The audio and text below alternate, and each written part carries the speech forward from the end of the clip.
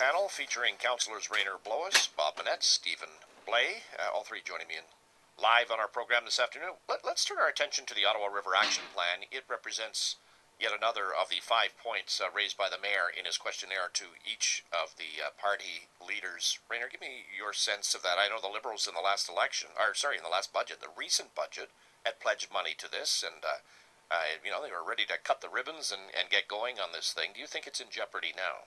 Well, I don't think it's in jeopardy. I think it's become everybody's favorite motherhood issue, and I want to put the blame really where it is. It really rests with Councillor Manette. I'm going to tell you why.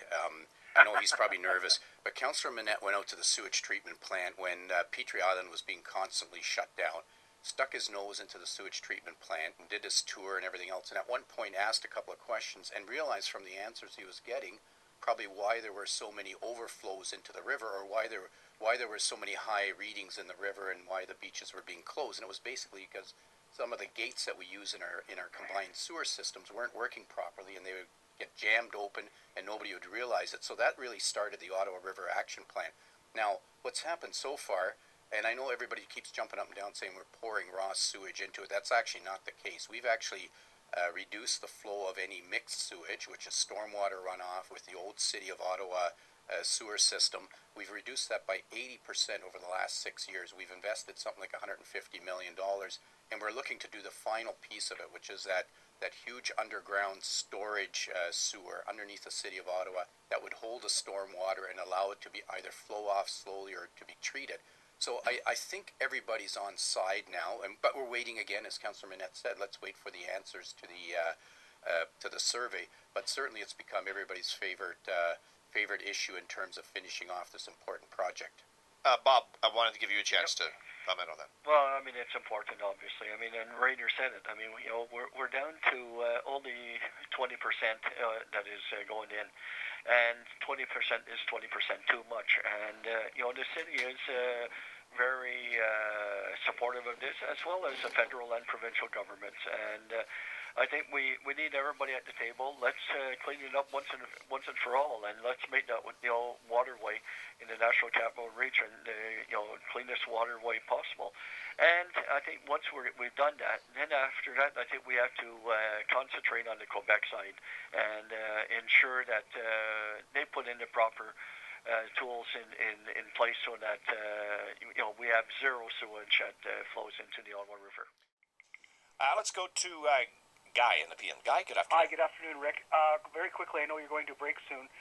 With regards to the municipal panel this afternoon, I was quite aghast on two things. First of all, let me premise this with, I'm a big fan of Meredith Brown in the Orap campaign, since she was the Ottawa River keeper and was given $50,000 by municipal government for her efforts in 2007.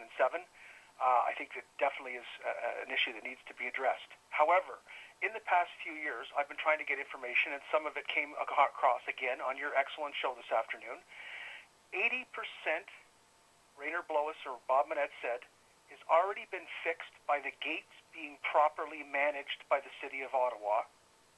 20% is what is going to be fixed with this $165 million plan.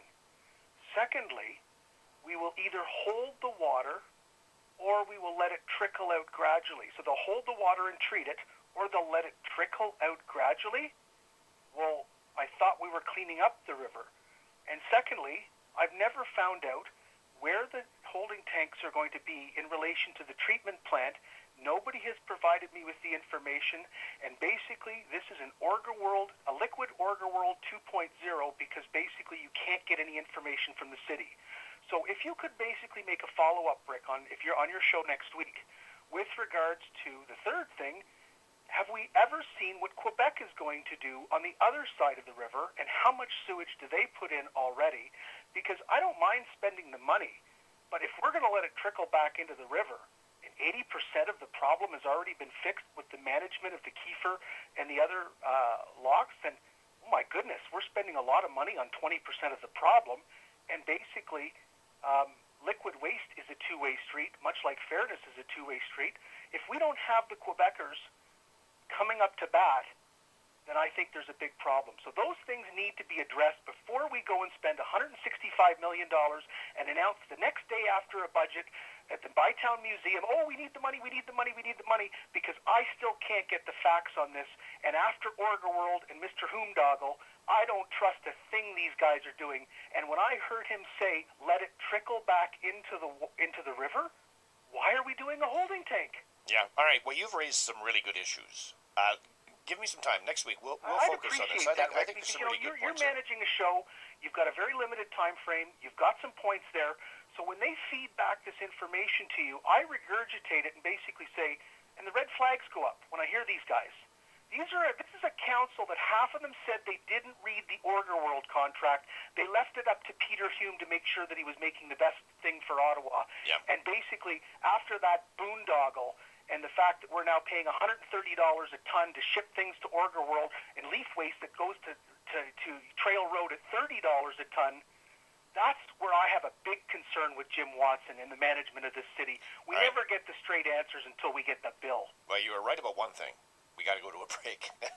Guy, thank you. Thank you, Rick. Really I appreciate listening to that next week. Send me a note on some of the questions.